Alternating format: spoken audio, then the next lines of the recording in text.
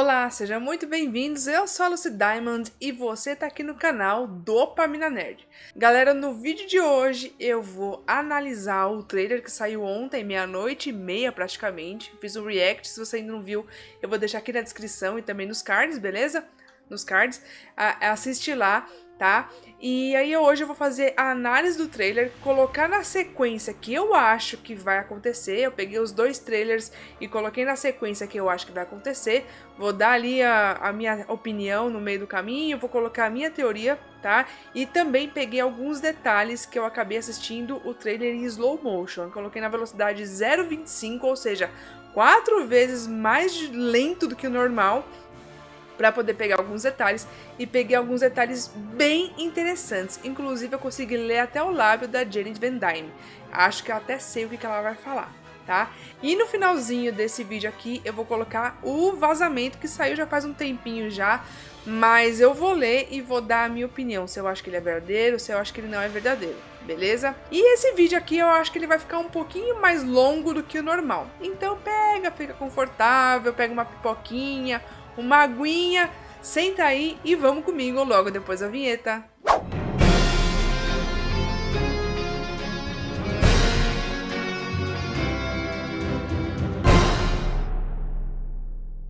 Primeiro eu vou organizar os trailers na sequência que eu acho que vai ter o desenrolar da história e vou dar a minha opinião, o que eu acho que vai acontecer em cada etapa desse trailer. Nesse momento que eu tô gravando esse vídeo aqui, nessa parte aqui, eu ainda não li o vazamento, justamente para não influenciar a minha análise, beleza? Lá no final eu vou ler o vazamento. Então vamos lá para a primeira parte desses trailers. Bom, então o filme ele começa muito provavelmente com o Scott todo pimpão e alegre andando pelas ruas e sendo reconhecido porque sim, agora ele é famoso. E veja aqui essas pessoas que ficam olhando para ele, torcendo o pescoço e tudo mais.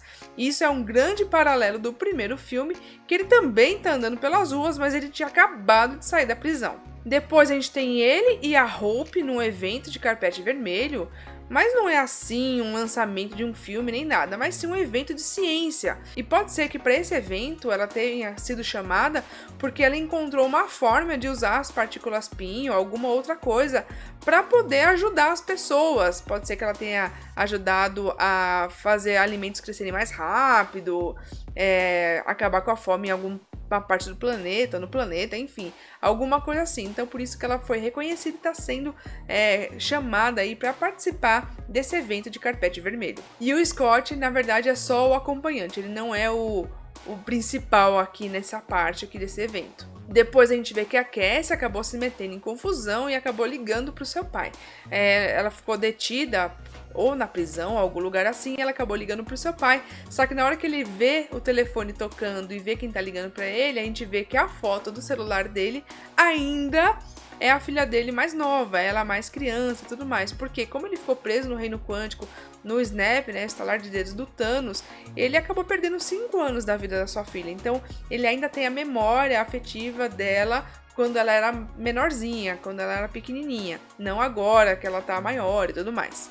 E a gente vê também que a Cassie, ela foi influenciada pelo seu próprio pai. Quando ela era criança e ela viu ele se transformar no Homem-Formiga e tudo mais, ela acabou se interessando por isso, acabou se interessando também pela parte ali da ciência e tudo mais, então ela acabou estudando bastante sobre isso, tanto que ela desenvolveu um dispositivo.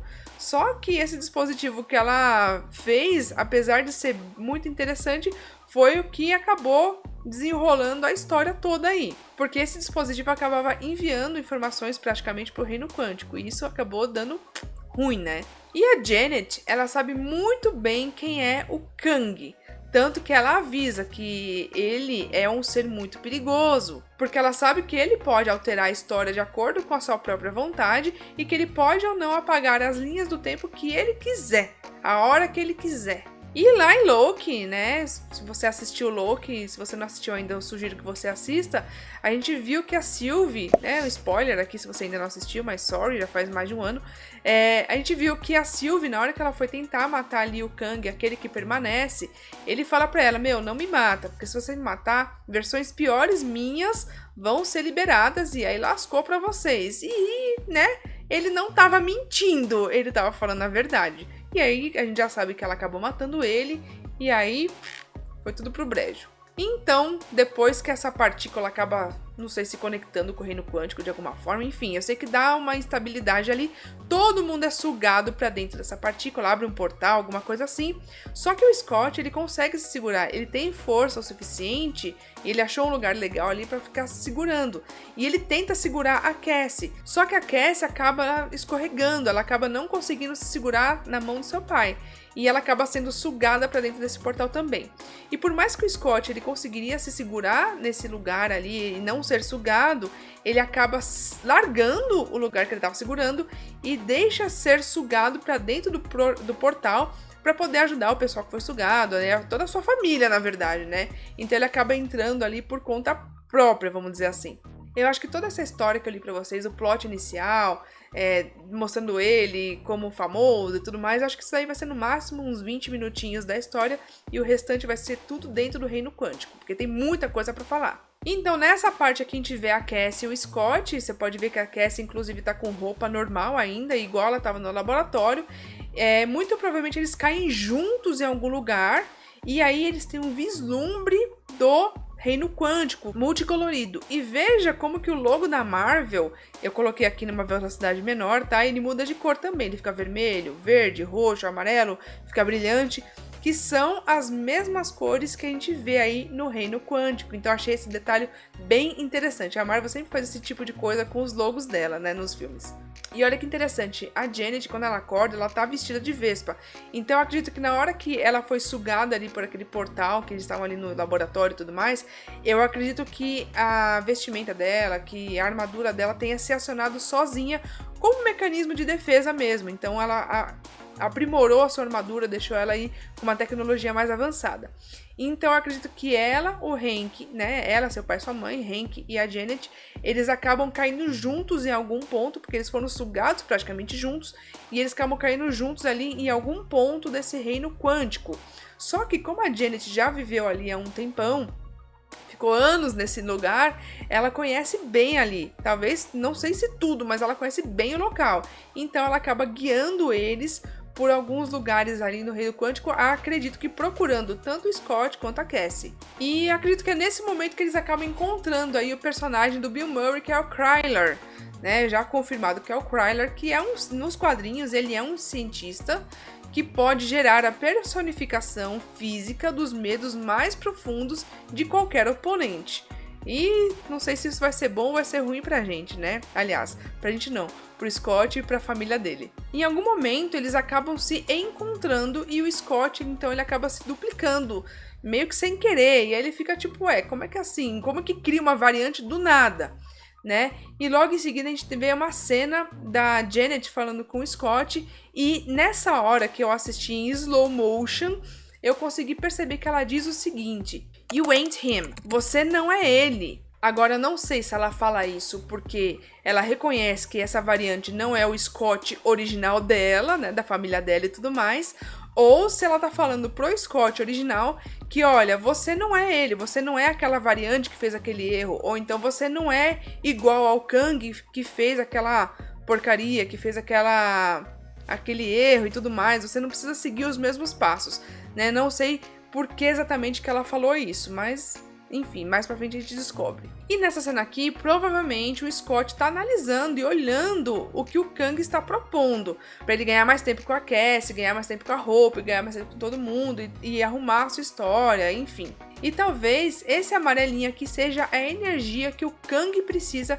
para conseguir se libertar do reino quântico e também, na teoria, aí, ajudar o Scott a conseguir as coisas dele, né? O tempo que ele quer. E curiosamente ou não, os produtores acabaram escolhendo o amarelo, exatamente a cor do nosso Sol, né, da vida real, para ser essa energia que tem todo esse poder. Porque se você notar, todo o reino quântico, quando eles chegam ali, quando eles têm o primeiro vislumbre ali do reino quântico, né, são cores mais azuladas. Então tudo é mais azulado. O Kang é mais azulado, ele tem uma energia mais azulada, mas ele precisa dessa energia amarela para conseguir se libertar do reino quântico. E aqui então a gente tem o primeiro vislumbre do complexo do Kang, e essa é provavelmente a versão de Chronópolis dos quadrinhos. E assim como nos quadrinhos, ela também existe a parte do tempo e do espaço, assim como no reino quântico. Provavelmente então o Kang está apresentando o ambiente para eles para depois fazer a proposta indecente. E nessa cena aqui a gente vê o que parece ser uma lembrança, um sonho, porque se você notar a gente tem os cantos embaçados. Ou talvez é uma forma que o Kang, ou então até que o Krylar, ele tá tentando mostrar pro Scott que ele consegue recuperar esse tempo perdido, que ele pode aproveitar muito mais esse tempo que ele não teve, na verdade, com a sua filha. E agora vamos falar de MODOK. Nessa cena aqui também a gente vê o MODOK, a gente teve uma cena mais clara dele já com a armadura, só que eu assistindo em slow motion eu consegui, né, identificar ele antes disso. Na hora que eles estão ali olhando aquela estrela, enfim, aquela energia dourada, aquela energia amarela, a gente vê o MODOK sem a máscara, sem a armadura. E ele tá bem fiel aos quadrinhos, tá bem fiel aos jogos também, né? E esse cara aqui é nada mais, nada menos do que o pentelho do Darren Cross, que é o vilão do primeiro filme, o Yellow Jacket. E de alguma forma ele acabou indo parar no reino quântico. Acredito que na hora que ele foi diminuindo, ele acabou indo parar no reino quântico e acabou indo trabalhar, vamos dizer assim, pro Kang, já que o Kang era o ser mais poderoso ali desse local. E depois, mais pra frente, a gente tem a versão dele já com a sua armadura e lutando e tudo mais. Então, logo em seguida, que acredito que o Kang faz a proposta indecente pro Scott, o Scott acaba pensando, depois de pensar bastante ali, ele acaba falando que não, que isso não vale a pena e tudo mais. E aí, já que o Scott acabou não aceitando a sua proposta, ele acaba fazendo uma chantagem. Ó, a gente vai prender a sua filha e a gente vai acabar com a sua linha do tempo, a não ser que você vá lá e pegue essa raio dessa energia que eu preciso. Então o Scott acaba indo buscar essa energia. E aí acontecem outras coisas bem interessantes que eu vou falar agora. E aqui a gente vê o Scott mergulhando nesse local amarelado, que eu acredito que seja para ir buscar a tal da energia. E nessa cena aqui a gente vê um monte de coisinha que parece ser um monte de formiga, mas que na verdade são várias variantes do Scott, são vários outros homens-formiga. Agora, eu não sei se eles estão ali porque eles acabaram caindo nesse local, as variantes acabaram tendo ali uma espécie de mesma proposta oferecida, não sei, ou se é porque o Scott, ele acabou descobrindo uma forma de criar outras variantes, assim como ele conseguiu mais cedo no filme, que ele criou uma variante e a partir dali ele aprendeu a criar outras variantes, não sei como. E aí ele criou essas outras variantes para poder se ajudar a conseguir fazer alguma coisa. E essa variante aqui acabou ficando grandona, só que teve um probleminha ali, né? Acabou morrendo e teve um efeito macarrão. E esse efeito macarrão que ela teve aqui me lembra bastante o que a Feiticeira Escarlate acabou fazendo com o Senhor Fantástico no Multiverso da Loucura. E eu interpreto esse local que o Scott tá aqui, com esse monte de outras variantes, de duas formas. A primeira é a seguinte, que aqui é a fonte de energia, e dois, que esse também vai ser o portal para que ele vai usar para conseguir escapar do reino quântico. E para ter uma ajudinha extra para conseguir fugir, eu acredito que a Hope acaba voltando pelo portal para ajudá-lo. E aqui a gente tem outros detalhes também bem interessantes. O primeiro detalhe é que essas inscrições que aparecem aqui lembram demais as inscrições não apenas das Nega Bands da Miss Marvel, mas também lembram muito mais as inscrições dos Anéis de Shang-Chi. E nessa cena pós-crédito de Shang-Chi, que eles estão ali analisando os anéis e tudo mais, a gente tem uma fonte do poder pulsando. E muito provavelmente essa fonte de poder pulsando é o mesmo local que o Scott tá, só que do lado de dentro. E os anéis também estão pulsando justamente porque eles estão enviando uma espécie de sinal para o mundo quântico. Fora isso, a gente tem uma rápida visão que eu acho que é uma variante do Scott, que acaba tendo um papel importante para que ele consiga alcançar a energia amarela ou portal, enfim. Só que se você aproximar bastante os olhos dessa máscara que está por trás desse armadura de Homem-Formiga, os olhos não parecem ser do Scott, parecem ser da Hope. E pode ser então que neste caso a gente tem uma variante do Scott versão Hope. Uma coisa meio doida, mas me parece. O que você acha? Comenta aqui. Aqui eu entendo que o Kang acabou pegando a energia e ativou a cadeira do tempo, e aí lascou tudo. E depois então a gente tem uma mega batalha. No começo eu achei que essa cena aqui que ele caísse fosse no começo do filme, que ele acabou chegando no reino quântico e caiu, né? Mas agora, analisando de novo, eu acho que na verdade é a sequência dessa batalha, em que o Scott ele aparece bem grandão e a gente consegue ver inclusive a Vespa aqui bem pequenininha, só que de outro ângulo a gente consegue ver os dois. E depois então a gente tem a luta mano a mano entre o Scott e o Kang. E pra mim parece que o Scott, né, de acordo com que ele conversa ali com o Kang e tudo mais, me parece que ele tá tentando ganhar tempo. Agora, ganhar tempo pra quê? Ele tá tentando ganhar tempo pra que a Hope consiga fugir com os outros? Ou ele tá tentando ganhar tempo pra alguma outra coisa? Não sei, não entendi. O que você acha sobre isso? Feita a análise aí do trailer, agora eu vou ler o vazamento e vou dar a minha opinião. Agora é a primeira vez que eu vou dar o vazamento, beleza? Que eu vou ler o vazamento junto com vocês. E aí, se você não quer ter possíveis spoilers, sugiro que você pegue e saia agora, pause o vídeo e volte aqui depois que lançar o vídeo.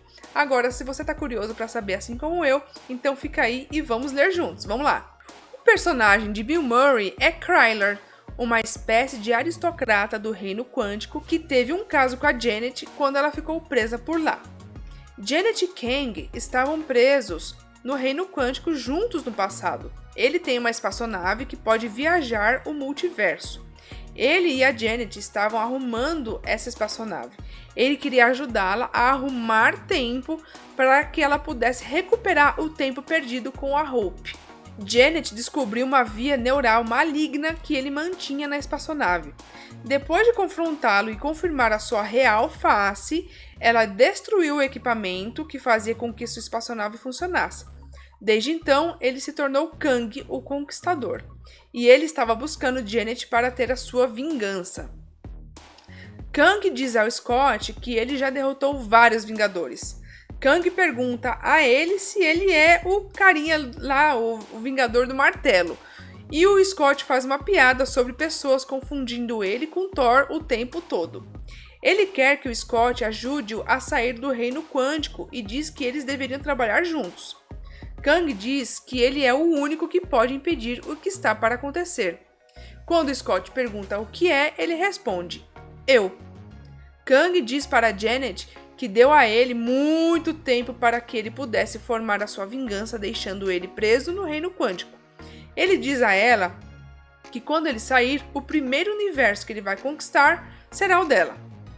Kang revela que ele criou um império e diz que ele vai levar junto dele para conquistar todos os universos. Scott estará no Quantum Nexus quando ele conhecerá outras variantes dele mesmo do multiverso, incluindo versões suas que não são heróicas. Ele vai trabalhar junto dessas variantes para lutar contra MODOK. Na batalha gigantesca final, veremos Cassie gigante lutando contra MODOK. Um Scott gigante e uma Cassie gigante correm para se abraçar. Ele brinca dizendo que parece que ele está abraçando um Godzilla. Kang tem uma luta com Scott, Hope e Cassie. Hank voa com uma legião de formigas de armadura e atacam Kang, mas ele consegue derrotá-las com seus poderes e com a ajuda de MODOK. Kang machuca fatalmente MODOK. A família do Scott vai ao lado de MODOK enquanto ele morre. Ele passa suas mini mãozinhas no rosto de Scott. Há um momento emotivo que MODOK diz que Cassie estava certa sobre ele e que ele pode pelo menos morrer como um vingador. E Scott diz que ele fez um bom trabalho. Kang sobrevive à luta e impede que Scott volte ao seu universo no último instante. Janet, Hank e Cassie e Hope conseguem escapar. Kang bate muito em Scott. Hope volta por ele. Eles quase conseguem prender Kang no universo quântico, mas ele escapa e prende os dois lá dentro. e veremos Cassie pensando numa forma de trazê-los de volta, até que ela nota um detalhe misterioso que faz com que ela tenha uma ideia, e aí a tela fica preta. Fim do filme. Então, agora eu vou dar a minha opinião. Olha, esse plot aqui tá bem interessante, ele tá bem parecido com a análise que eu fiz agora há pouco, né? Talvez não 100%, mas eu acho bem interessante, acho que tem coisa verdadeira aí no meio sim, tá? Em questão da Janet, relação com o Kang passada, relação com o Kryler, acho bem interessante. Acredito que eles não vão matar o MODOK agora, eu acho que eles vão guardar esse personagem mais pra frente.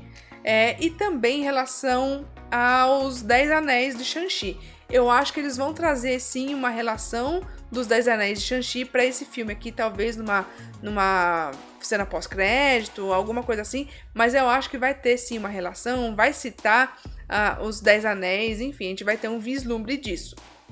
Bom, e esse vídeo deu muito, mas muito trabalho para fazer, porque eu tive que fazer uma análise bem completa, buscar bastante informação, bastante referência, assistir aí o trailer várias vezes em velocidade 4, dividido por 4, né? Então, velocidade 0,25 em slow motion. Então, se você puder deixar o seu like e se inscrever no canal, isso ajuda demais. Muito obrigada por fazer isso, porque me ajuda muito. Bom, então esse foi o vídeo de hoje. Espero muito que vocês tenham gostado. Um beijo e até o próximo vídeo. Tchau!